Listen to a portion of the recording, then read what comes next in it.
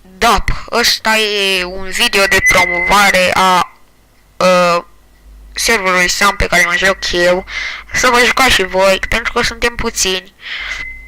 Și n-am stricat la mai multă companie. Da. Deci e România Național Trucking. Puteți să scrieți pe net.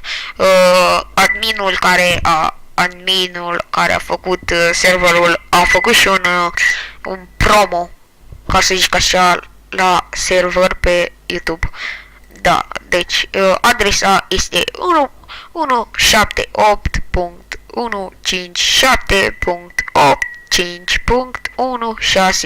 178.157.85.166 și acum 2.7777.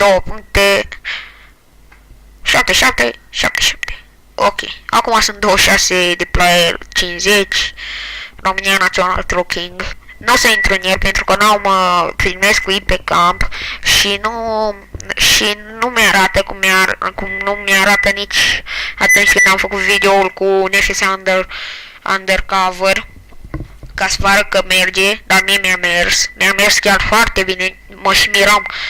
Eu am un laptop foarte nașpa și să zicem nașpa, da. Bine. Cam atât am vrut să vă spun.